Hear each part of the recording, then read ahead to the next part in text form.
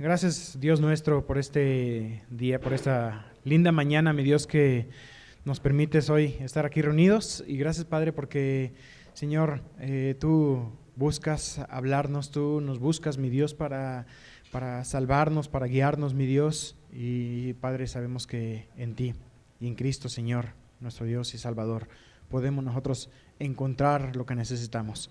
Pedimos, Señor, por ese tiempo, pedimos, mi Dios, que tú nos hables y abrimos nuestro corazón, Señor, a tu palabra. En el nombre de Jesús oramos. Amén.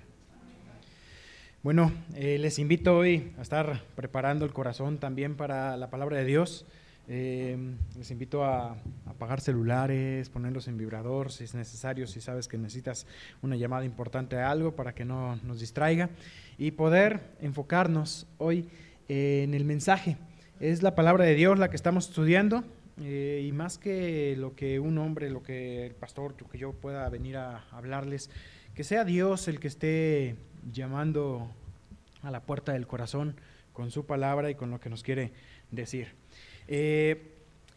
Sí, estamos estudiando y seguimos con el tema de la vida de Cristo, el tema que vemos hoy.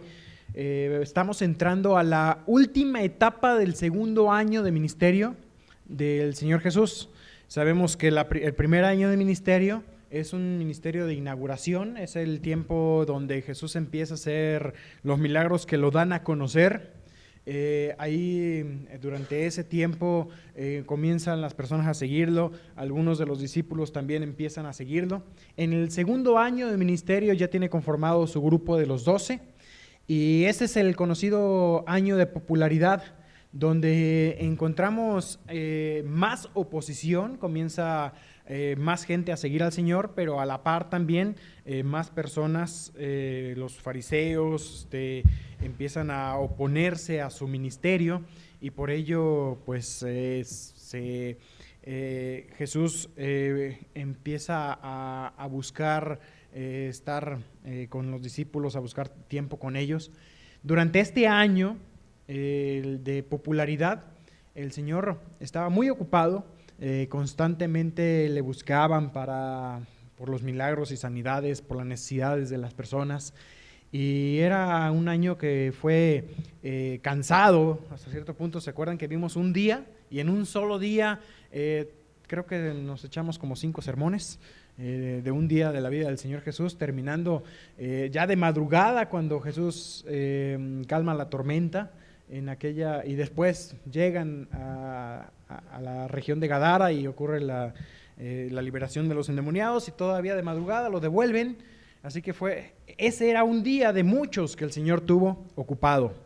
El día de hoy vamos a ver cómo nuestro Señor, comenzamos una sección, les decía yo, de la última parte del año de popularidad, donde a esta sección de estudios le vamos a llamar la enseñanza a los 12. Había estado con multitudes, pero ahora comenzaba a partir de ahora a buscar tiempos a solas con los 12 para enseñarlos a ellos, para prepararlos, porque se acercaba la última etapa, la tercera del tercer año de ministerio, al cual llamamos el año de oposición. En ese año de oposición, pues iban a ser probada la fe de los discípulos, iba a ser más complicado, muchos iban a abandonar al Señor y los fariseos y saduceos y los sacerdotes ya iban a oponerse a todo, incluso desde la parte política, al Señor Jesús. Entonces, ahora era necesario buscar tiempos a solas. El Señor Jesús buscó momentos con sus discípulos. Y vamos, por favor, acompáñenme ahí a Marcos, capítulo 6, les comentaba, para comenzar a leer a partir del versículo 30. Dice el versículo 30: entonces los apóstoles se juntaron con Jesús y les contaron todo lo que habían hecho y lo que habían enseñado. Y él les dijo: venid vosotros a un lugar aparte, a un lugar desierto, y descansar un poco. Recordemos los eventos anteriores. Habíamos tenido en primer lugar, regresamos aquí en Marcos Marcos capítulo 6, versículo del 7 en adelante. Y ahí quizás tienes un título en tu Biblia. ¿Cómo titulas esa región? La misión de los 12. Así que Jesús había mandado a los 12 a predicar a las diferentes aldeas de Galilea, a hablar del reino de los cielos, y tenían que ir de dos en dos, depender de la provisión de Dios. Así que los había enviado. Mientras los había enviado, sucede lo que tenemos aquí, versículos 14 en adelante. Sabemos la historia ya habíamos estudiado aquí la historia también de la muerte de Juan el Bautista. Y bueno, cuando llegamos al versículo 30, nos topamos aquí con un relato, el relato de la alimentación de los 5,000. Este milagro es el único milagro que se narra en los 4 evangelios. O sea, vamos a encontrar paralelos en cada uno de los evangelios. De hecho, si tú ves el versículo, a ver si perdón, ahorita lo busco, voy a encontrar aquí. Hay un momento también que habla en otro de los evangelios, que es lo que estoy buscando en este momento. Mateo, capítulo 14, versículo 13, en este mismo contexto, dice, termina lo de la muerte de Juan el Bautista, y justo en la introducción a la alimentación de los 5,000, dice, oyéndolo Jesús, que Juan el Bautista había sido decapitado, se apartó de allí en una barca a un lugar desierto y apartado. Entonces, Jesús escucha lo de la muerte de Juan el Bautista y busca apartarse. Entonces tenemos dos cosas que tenemos que juntar aquí. Primero, la misión de los 12. Había enviado a los 12 en una misión y regresan los discípulos y le cuentan todo lo que había ocurrido. Pero también parece ser que los discípulos de Juan el Bautista, entonces tenemos dos grupos de discípulos, los discípulos de Jesús que acaban de regresar de una misión, imagínate cómo venían cansados, venían contentos, venían alegres porque contaron todo lo que había pasado, vinieron a rendir cuentas de lo que habían hecho, pero venían cansados. Y también tenemos aquí a los discípulos de Juan el Bautista. ¿Cómo vendrían ellos? Tristes, agobiados. Entonces ahora Jesús busca un momento para llamarlos aparte, tomando en cuenta la fatiga de sus discípulos y la pesadumbre de los discípulos de Juan. Ahora Jesús, de una manera práctica, va a buscar proveer descanso para los fatigados y proveer refugio para los apenados. Y esa es la intención aquí, de ir aparte.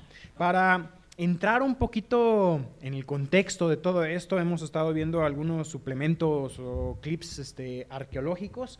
Vamos a ver un pequeño video que nos va a ayudar a entrar a la región. Entonces, ahí tenemos la región, espero que se alcance a ver bien. Esto es Israel. No puedo, desgraciadamente, agrandar más la parte del video. En la parte norte tenemos el mar de Galilea, en la parte sur el mar Muerto. Hemos hablado de que principalmente Jesús centra su ministerio alrededor de la región de Galilea. Y tenemos en el norte a Capernaum, apenas alcanzo a ver yo aquí en la pantalla que tengo cerquita, así que supongo yo que no se ve muy bien, pero ahí está Capernaum en esta región, y él pretende cruzar el mar con sus discípulos. Eso es lo que hacen, cruzan para llegar a la otra orilla. No cruzan todo el mar, pero cruzan y llegan a la región de Betsaida, que está justo en esta región de aquí. Entonces, entrando, nada más para ver este suplemento, en esta foto que está más chiquita en esta sección, vemos cómo es una llanura, un lugar bastante amplio, y aquí es donde reúne Jesús a toda esta multitud que le buscó en esta ocasión. Ya vamos a entrar ahí en la lectura. Vemos primero este suplemento aquí. Esta área es la reserva natural de Betsaida, que es como un pantano al este del delta del río Jordán. Como pueden ver hoy, es un área desolada, y muy posiblemente lo fuera también en los tiempos de Jesús. Aquí en la llanura de Betsaida está el área donde Jesús alimentó a los 5,000.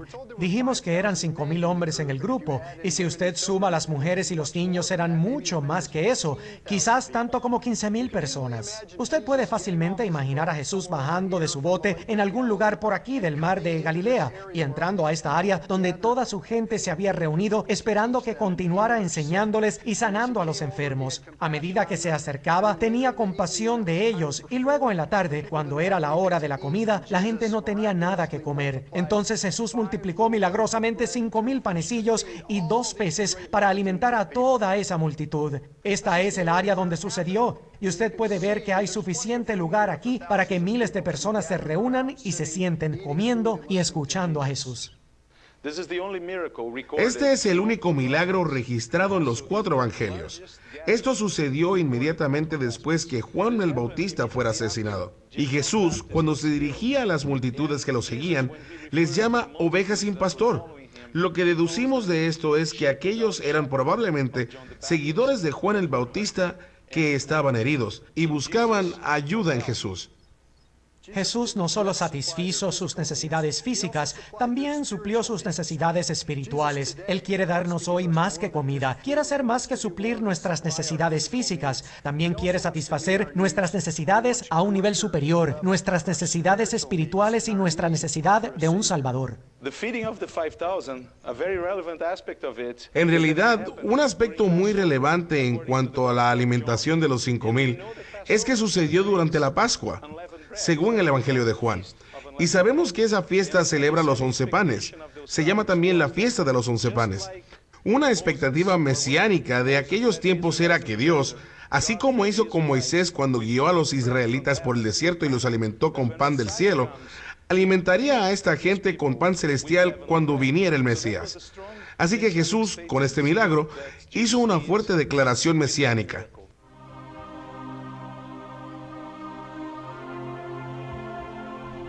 Hacia el final de su segundo año de ministerio, Jesús regresó a Capernaum y predicó en la sinagoga. Llamarse a sí mismo, después de alimentar a los 5,000, el pan de vida, no solo era significativo, sino también controversial. Bueno, y tenemos una pequeña introducción al tema. Y, ¿sabes? Regresando aquí, vamos a regresar al pasaje. Dice el versículo 30 que los apóstoles se juntaron con Jesús, llegaron de la misión de los 12 y le contaron todo lo que habían hecho y lo que habían enseñado. Fíjate cómo aún aquí habla de 2 cosas, habían hecho y habían enseñado. Era momento de dar cuentas al Señor de su ministerio. Y ese ministerio es parecido a lo que menciona Hechos, capítulo 1, versículo 1. Dice Lucas aquí en la introducción a su libro de Hechos, dice: en el primer tratado, oh Teófilo, hablé acerca de todas las cosas que Jesús comenzó a hacer y a enseñar. Así que los discípulos habían hecho y habían enseñado. Y es una lección, o sea, yo no puedo enseñar si primero no hago. Pero, es decir, tengo que respaldar lo que enseño con mi vida. Y en segundo lugar, aprendo también que un día Dios nos pedirá cuentas de lo que hemos hecho y de lo que hemos enseñado. Lo que hemos enseñado, por decirlo así, tanto con nuestras acciones como con nuestra boca. Y el saber que un día nos presentaremos delante de Él a rendir cuentas en ese día que se llama el Tribunal de Cristo, donde todas nuestras obras serán puestas a prueba, no para castigo, sino para recompensa. Y sabemos que dependiendo de la calidad de tus obras, también tú recibirás recompensa. Si para ti, es real, lo consideras real en tu vida, porque es real, o sea, lo aceptes o no, es real, un día darás cuenta. Pero si tú cada día sabes que lo que hagas hoy, un día Dios te pedirá cuentas, creo que nuestra vida sería muy diferente. Así que sea real. El tema del Tribunal de Cristo es un tema hermoso para estudiar, que si aprendemos a vivir cada día conscientes de él, debería cambiar mucho nuestra vida. En 2 Corintios 5, versículos 9 y 10 dice: por tanto, procuramos también, o ausentes o presentes, serle agradables, porque es necesario que todos nosotros comparezcamos ante el tribunal de Cristo para que cada uno de nosotros reciba según lo que haya hecho mientras estaba en el cuerpo, sea bueno o sea malo. Particularmente habla de cosas que tienen trascendencia o sencillamente cosas que las hiciste por esta vida, que quedaron aquí, que fueron inútiles en términos eternos. Un día daremos cuenta. Vinieron los discípulos a darle cuentas al Señor de todo lo que habían hecho y lo que habían enseñado. Y estaban también ahí los discípulos de Juan, apesadumbrados por las noticias, por el saber que su maestro, Juan el Bautista, había sido decapitado. Y bueno, Jesús le dice: vamos a un lugar aparte. Jesús buscó, no es la única, hubo varias ocasiones en que Jesús buscó tener un tiempo con sus discípulos. Por lo menos encontramos 4 momentos, retiros separados en que Jesús buscó estar con sus discípulos. Aquí buscaba estar quizás retirado de la región de Galilea, cruzando el río Jordán hacia la parte donde vimos ahora de Capernaum hacia Betsaida, se alejaba del territorio del control político de Herodes y buscaba estar apartado con sus discípulos en esa región. El Señor estaba tratando de atender esa tensión física, mental y espiritual que tenían los discípulos y que aún él mismo podría haber tenido, ¿no? Buscado. Y bueno, tengo aquí anotadas 5 razones por las cuales Jesús buscaba estos retiros. Rápidamente los menciono. Primero, por la oposición del rey Herodes, que es después de que mató a Juan el Bautista. ¿Te acuerdas que le contaron de Jesús? Y decía: ¿quién es este? Seguramente es Herodes que ha resucitado. Es Juan el Bautista que ha resucitado entre los muertos.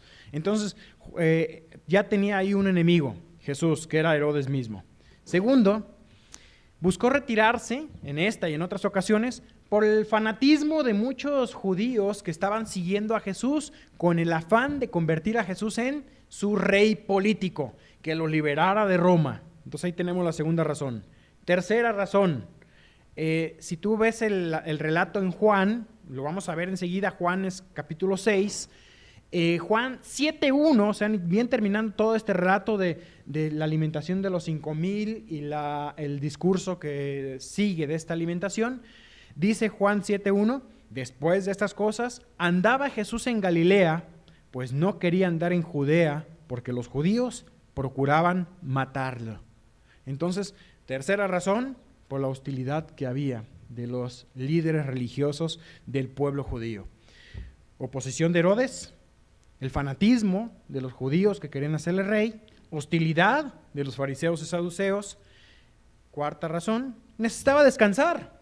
El mar de Galilea era una depresión, es una depresión 200 metros debajo del nivel del mar, muy cálido, por lo cual buscaba Jesús en varias ocasiones retirarse a regiones más altas, en algún lugar fue a montañas, donde el clima era más fresco. Quinto, y la mencioné ya, Jesús buscaba dar instrucciones especiales a sus discípulos, al grupo cercano, para que estuvieran listos para hacerse cargo de la obra después de su crucifixión, que estuvieran listos para ello. Entonces, Jesús toma la barca, y vamos a leer, dice versículo 31, Él les dijo: venid vosotros aparte, vamos a descansar. Se suben a la barca, y eran muchos los que iban y venían, de tal manera que ni aún tenían tiempo para comer. Así que vamos a darnos unas vacaciones, un retiro.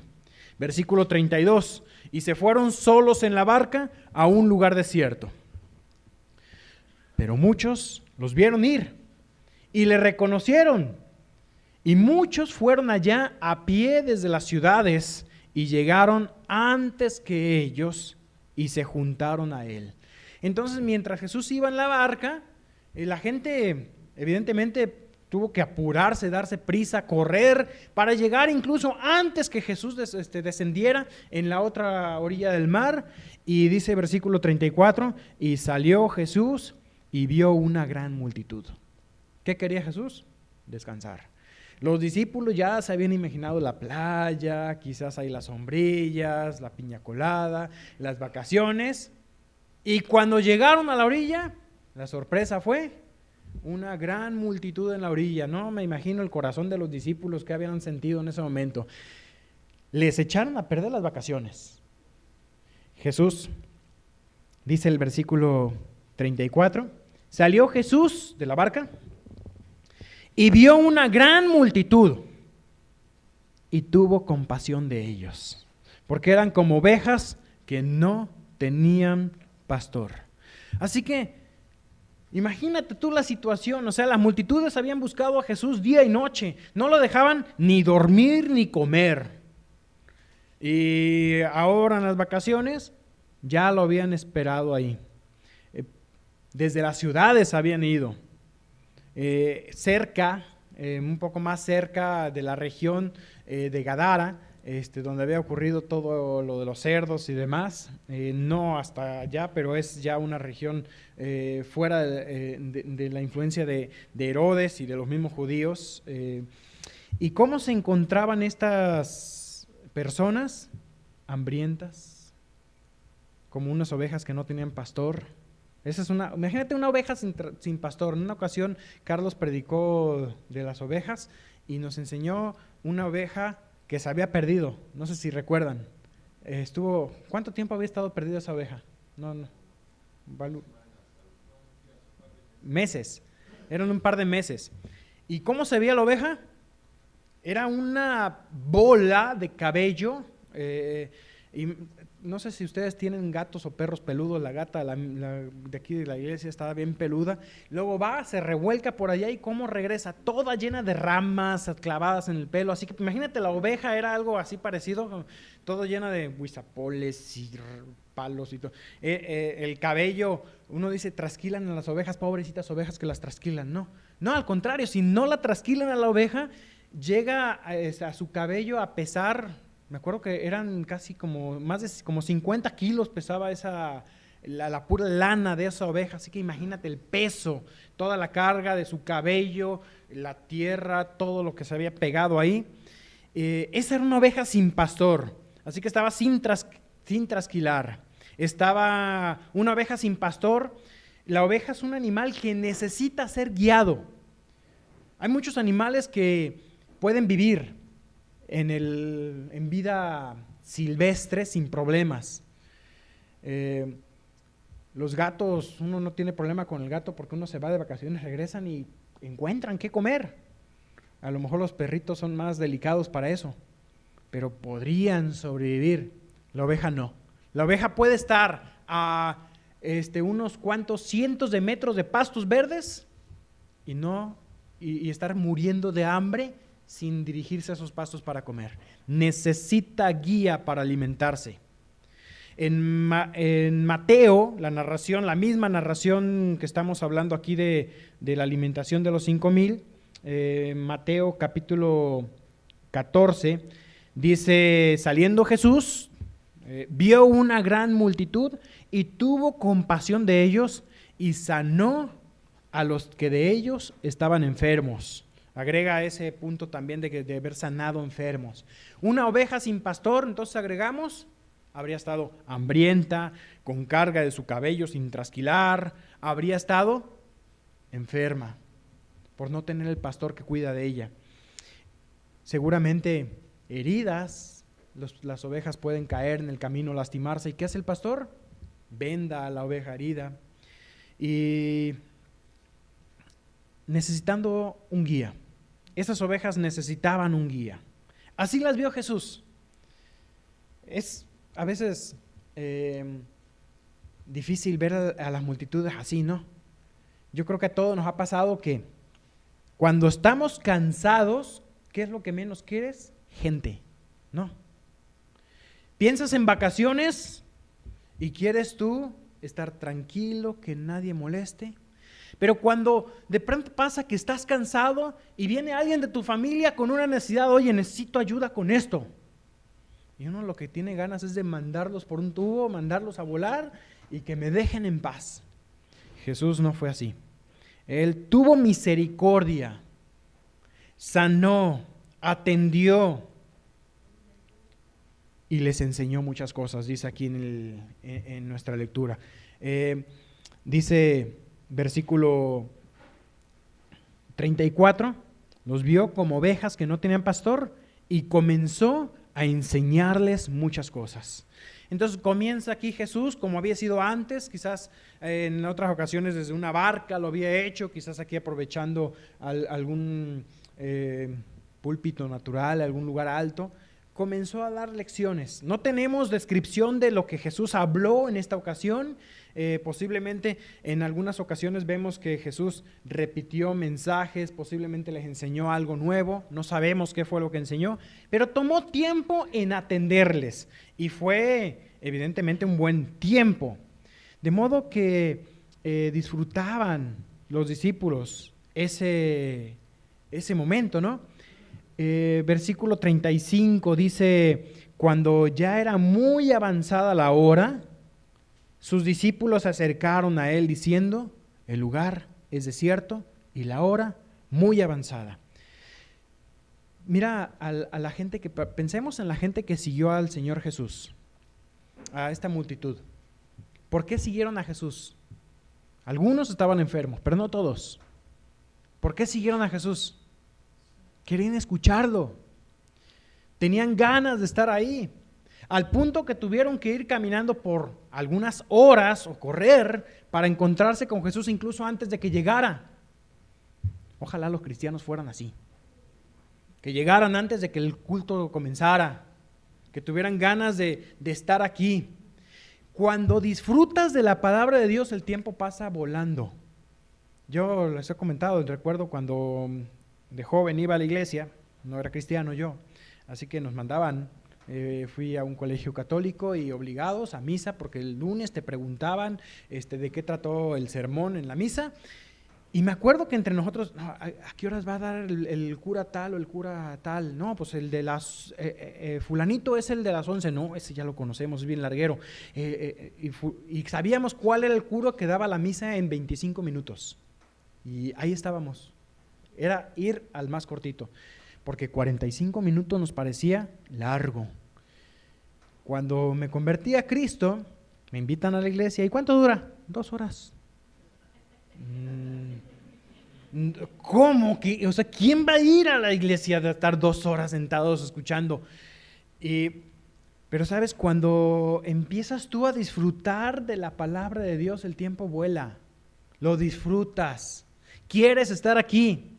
Y como estos hombres, te animo a que lo hagas, de venir a disfrutar completo del tiempo de la alabanza, del tiempo del saludo con los hermanos. A veces el saludo normalmente lo tenemos por ahí a las 11:30, así que no sé si hay algunos que llegan a las 11:30 y dicen, llegamos temprano, todavía no empieza. No, ya acabó el primer bloque y estamos en el tiempo estamos en el recreo, para disfrutar de saludarnos. Ven a tiempo, disfruta de esos tiempos, porque así como estos hombres buscaban al Señor, fíjate que el Señor no los recriminó, no los mandó a volar, los atendió. Los discípulos insinuaron, en el versículo 35 que estamos leyendo, dice, ya es noche, dice al final, la hora es avanzada, despídelos para que vayan a los campos y a las aldeas de alrededor y compren pan, pues no tienen que comer. Así que los discípulos creyeron que lo mejor que podían hacer, y era hacerle un favor a la gente, es despedirlos. Porque ya era tarde y había hambre. A la multitud parece ser que no le estaba importando mucho que tenía hambre. Y a veces a nosotros sí nos importa mucho, ¿no? El hambre a la hora de escuchar la palabra, y el predicador se atora y no está dando vueltas y ya dijo eso, y empieza uno a pensar que ya es hora y que quiero ir a comer y me quiero ir. Esta multitud estaba dispuesta a estar ahí escuchando de la palabra de Dios. Mira, requiere en este caso el mayor favor que podían tener esos hombres no era ser corridos a que busquen de comer, era escuchar de las enseñanzas de Cristo. El hambre espiritual era mayor que el hambre física. Así que si estimas de pronto tienes hambre hoy, tómalo como si fuera ayuno, porque estás disfrutando de un alimento espiritual cuando tú estás delante de la palabra de Dios.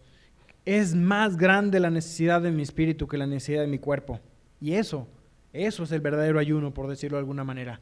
Dejar algo que tiene un beneficio temporal por algo que tiene un beneficio eterno.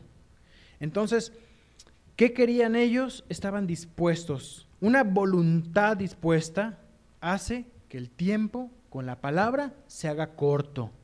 Si tu voluntad está dispuesta, tu tiempo de oración, yo sé que nos cuesta orar.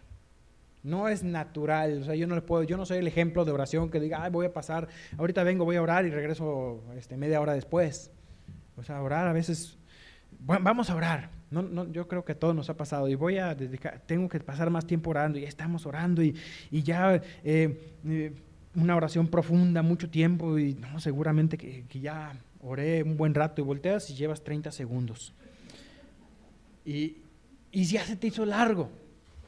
Es una disciplina que hay que aprender, igual que con la palabra de Dios. Tienes que disciplinarte. Versículo 37. ¿Qué pasa aquí? Mira, versículo 37 dice, respondiendo él le dice, dadles vosotros de comer. Me imagino la cara de los discípulos, es como que, ¿qué?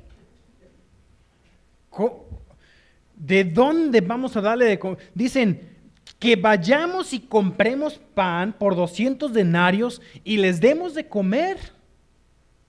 O sea, ya no sé, hasta el precio sabían los discípulos, 200 denarios, ya habían sacado la cuenta.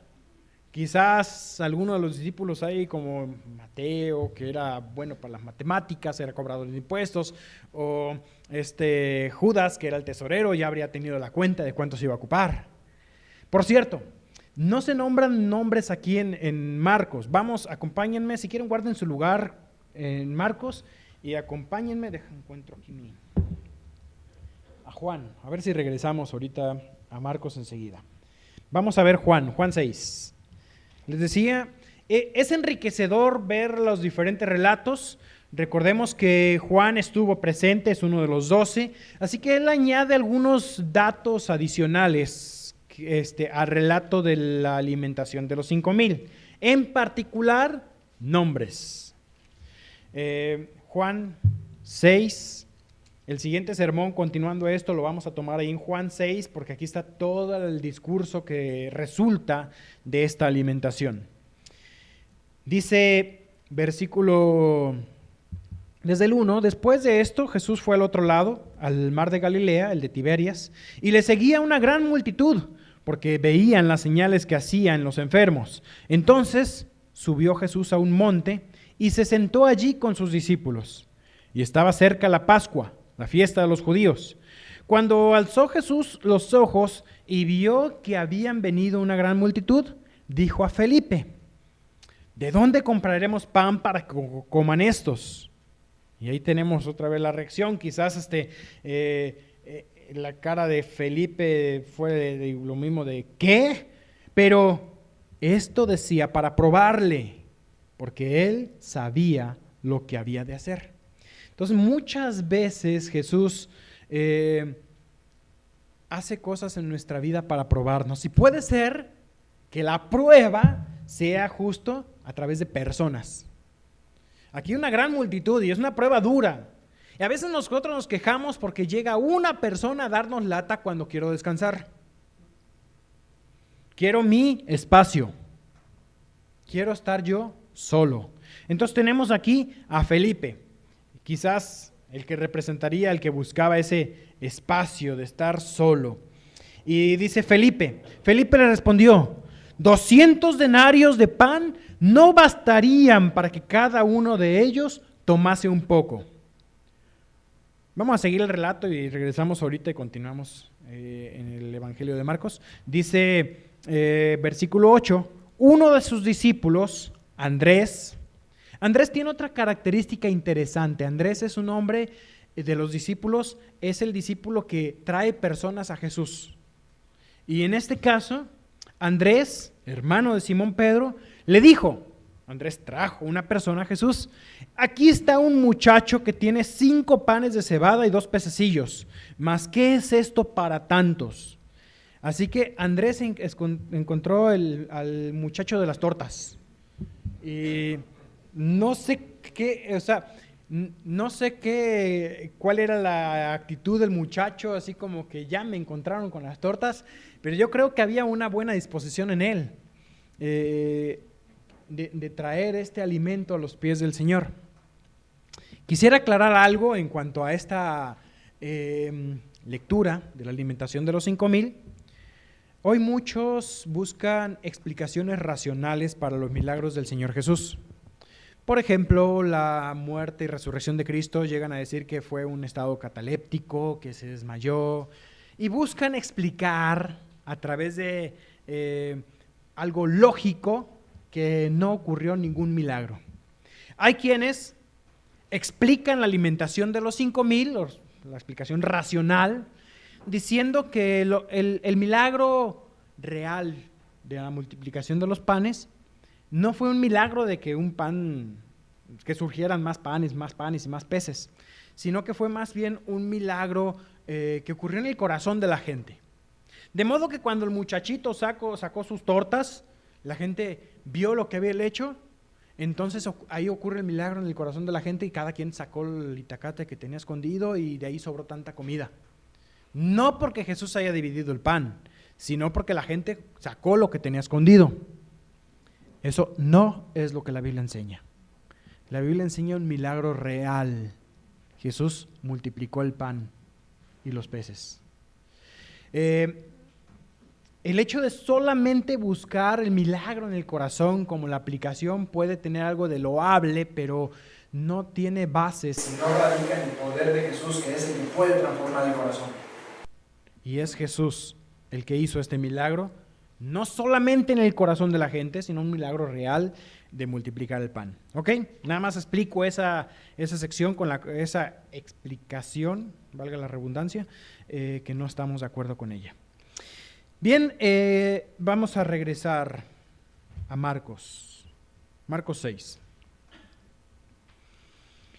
Estábamos ahí en el versículo 37, donde Jesús dice, dadle vosotros de comer. Y ellos responden, que vayamos y compremos pan. Dice el 38, él les dijo, ¿cuántos panes tenéis? Y vedlo. Entonces sabemos aquí que Andrés es el que viene, trae al muchacho y dice 5 panes y 2 peces. Jesús entonces manda a que se recuesten todos. Esta provisión de 5 panes y 2 peces difícilmente alcanzaría para alimentar a los 12. ¿Cómo alimentar a 5,000 varones, más sus mujeres y niños? Era imposible. Estaremos hablando, ahí en el video contemplaban probablemente hasta 15, en lugar de 5,000, 15,000, si sumamos mujeres y niños, mínimo, hablaríamos de 10,000 personas. Entonces, Jesús hace recostar a todos por grupos en la hierba verde, y se recostaron por grupos de 100 en 100 y de 50 en 50. Vamos a ver algunas características de esta provisión que Jesús hace. Primero, una provisión ordinaria. Dios promete darnos todo lo que necesitamos. Dice las Escrituras, buscad el reino de Dios y su justicia, y todas estas cosas, en el contexto de qué está hablando, el alimento de las aves, el vestido de las flores, todas estas cosas os serán añadidas. Busca el reino de Dios. Y lo básico, alimento y vestido, no te faltará. La promesa es suplir lo necesario. Entonces, esta provisión es ordinaria. ¿Qué les dio de comer Jesús? Panes y peces. No era un buffet de que aquí está la costilla de cerdo y acá. O sea, no había muchas opciones. Había lo necesario. Lo necesario y suficiente. Ahí está. La promesa entonces del Señor es suplir necesidades, no banquetear cuando quieran. Aún así, tenemos que entender que cuando Dios provee algo, si Dios te provee de bienes materiales, Dios te puede proveer bienes materiales para compartir, y esta es una gran lección de compartir. Podríamos hablar del muchacho que compartió su alimento, pero también cuando Dios nos provee para que disfrutemos. Cuando Dios te provee algo, no tienes que disfrutar de las cosas que Dios te provee de manera genuina con un cargo de conciencia. Si Dios provee riquezas, las riquezas nunca son condenadas en la Biblia. Las riquezas, lo que es condenado es el amor a las riquezas. Entonces, la provisión de Dios debe ser disfrutada. Dios nos provee todas las cosas en abundancia para que las disfrutemos. Y si Dios te provee en alguna ocasión de algo especial, no te sientas mal por disfrutar de ello. Puedes compartir, comparte. Aquel pasaje que dice, el pan comido en lo oculto es sabroso. ¿Recuerdas? Son esos malos consejeros que le dicen al joven, ven, vayamos a robar, vamos a comer a escondidas. Y hay veces, yo me acuerdo que en el Instituto Bíblico sobre todo, daban ganas de encerrarse en el baño para comerse las galletas y no compartirle a nadie porque eran escasas. Había algunos que su sueño era tener un bote grande de cajeta, allá dulce de leche, para comérselo a cucharadas, a escondidas y no compartirla a nadie, porque cuando llegas al cuarto las cosas desaparecían. Entonces, Dios provee, y si te provee y tienes la opción de compartir, hazlo. Y si te provee lo suficiente que disfrutes de algo, disfruta de ello de una forma dentro de la legalidad de Dios, y no te sientas mal por ello. Una provisión ordinaria. En segundo lugar, una provisión ordenada. Versículo 39 y 40. Dice, y les mandó que hiciesen recostar a todos por grupos sobre la hierba verde, y se recostaron por grupos de 100 en 100 y de 50 en 50. Dios es un Dios de orden. Primera de Corintios 14 dice en versículo 33, Dios no es Dios de confusión, sino de orden, como en todas las iglesias de los santos. En el versículo 40 dice, hágase todo decentemente y con orden. Dios muchas veces no provee tus necesidades porque vives una vida desordenada. El desorden en la vida personal provoca insatisfacción. Y hay veces que en mi desorden, ya sea en mi vida espiritual, en mi vida económica, en la vida, en cualquier área de la vida, cuando hay desorden, va a haber insatisfacción. Dios, hay veces que no satisface esas necesidades por ese desorden que tienes. Y hay ocasiones en que lo que necesitas no es más provisión. Hay veces que lo que necesitan es más orden en tu vida espiritual, en tu vida financiera, en tu vida emocional. Dios es un Dios de orden. Aquí los acomodó todos en grupos para que la distribución fuese de una manera más ordenada, equitativa, y podríamos hablar de otros principios que serían muy buenos, ¿no? Me acaban de poner el reloj recién y estoy viendo que ya el tiempo me queda poquito. Entonces vamos a avanzar. Una provisión ordinaria, ordenada, una provisión bendecida. Versículo 41. Dice, entonces Jesús tomó los 5 panes y los 2 peces y levantando los ojos al cielo, bendijo y partió los panes y los dio a sus discípulos para que los pusiesen delante. Y repartió los 2 peces entre todos. Dios bendijo, Jesús bendijo, y en virtud de esa bendición, el pan se multiplicó. Reconoce la bendición de Dios en la provisión que tienes. Sé más agradecido y menos pedinche, por decirlo así. Disfruta y agradece a Dios todas las cosas que Él te ha dado. Y en virtud de ese agradecimiento, demuéstraselo a Dios siendo generoso, porque Él no es deudor de nadie. Fue una provisión ordinaria, ordenada, bendecida, suficiente. Versículo 42, comieron todos y se saciaron. No es que se hartaron hasta que vomitaban, sino que estuvieron satisfechos con ese alimento. Tal y como en el desierto, ¿recuerdas tú la historia cuando el pueblo de Israel había salido de Egipto y en el cruce, hacia el camino hacia la tierra prometida? Dios proveyó alimento. ¿Y qué les daba?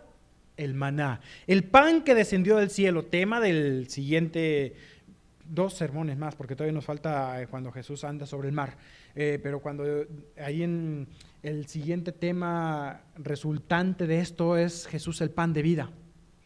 Y sabes, en el maná, ¿cuánto proveía Dios a cada familia? Lo suficiente. ¿Qué pasaba si alguno quería acumular diciendo, no, qué tal que mañana haya escasez? Si acumulaban, se echaba a perder. De modo que cada quien podía tomar lo suficiente. ¿Alguien se quedaba con hambre? No, porque el campo estaba lleno del pan. No había hambre, tampoco había acaparamiento de recursos. Es un concepto que tenemos que tener como cristianos también nosotros en cuanto a lo que es ahora sí vivirlo en términos reales. Señor, danos hoy el pan de cada día. Lo vivían en este caso los israelitas en el desierto. Cada día salían por su pan y no podían hoy ocuparse del pan de mañana, excepto el día viernes que tenían que guardar para el sábado. Y era un acto de fe, porque normalmente se podría, pero ese día que guardaban, ¿qué tal si se pudre? No pasaba nada, porque Dios proveía. Vamos a estar aprendiendo sobre esto en los pequeños devocionales que vamos a estar viendo ahí antes de la ofrenda durante el año. Así que fue ordinaria la provisión, no fueron golosinas, no fue algo, un banquete, fue algo suficiente y necesario. Fue bendecido, fue ordenado, fue suficiente. Y en este punto de suficiente tengo una nota aquí también, dice, solo una persona que viene a Cristo llena de sí mismo, se va vacío. Cuando tú vienes a Cristo, tienes que venir con hambre espiritual, porque si no tienes necesidad, te vas a ir sin Cristo, llenando y satisfaciendo esas necesidades. Fue una provisión administrada, versículo 43, y recogieron de los pedazos 12 cestas llenas, y de lo que sobró de los peces. 12 cestas llenas. Aún el hecho de que haya habido abundancia de provisión de estos 5 panes y 2 peces, de pronto había mucho, pero no fue motivo o no fue razón para el desperdicio. A veces nuestra escasez es más cuestión de mayordomía que cuestión de provisión. Puede ser que no te falte más provisión, que te falte más mayordomía y entender que eres un administrador de los bienes que Dios te ha dado. ¿Cuántas cestas fueron? 12. Alimentación de los 5,000, estamos entre judíos. Más adelante vamos a ver la alimentación de los 4,000 en un concepto gentil y tiene que ver un poquito ahí, a veces encuentran significado en los números, pero no me meto mucho en eso ahora. Solamente quisiera repetir algo. ¿Cuántos discípulos son? Una cesta para cada discípulo. Todos tenían su cesta, menos Jesús. ¿Por qué? Lenski dice así, leo, 12 cestas llenas, una para cada discípulo, ninguna para Jesús. Lo que significa que quien fue creador de esa abundancia proporcionaba a los 12 la oportunidad de compartir con él algo de sus abundantes provisiones. Así que, ¿de dónde iba a comer Jesús? Ahora sí, en las vacaciones que podría haber más adelante, de las cestas de los discípulos. Los discípulos tendrían que compartir con Jesús. El principio ocurre en el pueblo de Israel, las 12 tribus que al final terminaron siendo 13 porque los levitas no se cuentan como tribu y la de José se dividió en 2. Entonces, ¿de dónde comía la tribu de Leví? de las 12 tribus. Entonces, la abundancia que Dios nos da debe ser razón para compartir con Cristo. Y no quiero que entendamos con abundancia solamente el dinero. Dios no quiere tu dinero. Dios quiere todo de ti. Quiere tu vida, quiere tu tiempo, quiere tus palabras, quiere tus acciones, tus obras. Quiere todo. Y te da mucho, te da abundancia de tiempo. Tú tienes exactamente las mismas horas que Andrés Manuel, que se levanta desde tempranito, según dice él, para estar trabajando todo el día. Tienen las mismas horas que los presidentes más importantes, que Donald Trump o que cualquier presidente. Tienes exactamente lo mismo. Dios te proveyó lo mismo que a los demás en tiempo. Dedícale tiempo a Dios. No salgas con que no tengo tiempo para servir a Dios. Hay necesidades en la iglesia y necesidades afuera en el mundo, en tu familia. No seas ciego a esas necesidades. El mundo necesita de Cristo, del amor de Dios, de la misericordia, de que salgas y veas la gente como ovejas que no tienen pastor. Necesitan de Cristo que les pastoree.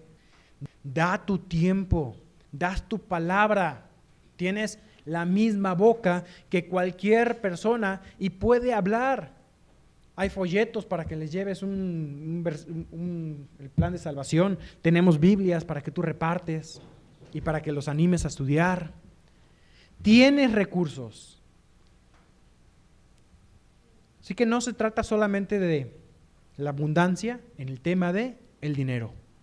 Claro, se ve reflejado en la ofrenda, pero hay un gran error, pensar que porque yo traigo mi dinero, traigo mi ofrenda, ya le estoy pagando a los profesionales de la iglesia para que ellos se dediquen a llevar la palabra. Llevar la palabra es tarea de todos. De todo lo que Él te da, tú tienes el privilegio de devolverle un poco. Piensa, ¿cómo se habían sentido los 12 cuando esa noche, al acercarse la noche, vinieron a Jesús, cada uno con una cesta repleta de alimentos? ¿Cómo se habrían sentido después de sus dudas en cuanto a alimentar a la multitud? Que ese sentir esté en tu corazón, que te asombre Dios y que estés dispuesto a vivir para Él. Oremos. Señor, gracias. Gracias, Dios, porque tú nos has dado todo y más de todo aquello que necesitamos. Nos diste la vida, nos diste la salvación. Hoy tenemos, mi Dios, muchos bienes, tiempo, vida, que proviene de ti. Y Señor, ayúdanos, Señor, a darnos cuenta que somos mayordomos, que todo esto te pertenece y que debemos dedicarlo a ti. Que nuestra vida esté depositada, Señor, ante ti para servirte. Agradecemos este tiempo, agradecemos tu palabra y, mi Dios, pedimos, Señor, que tú bendigas tu palabra en nuestro corazón, que podamos vivirlo. En tu nombre oramos.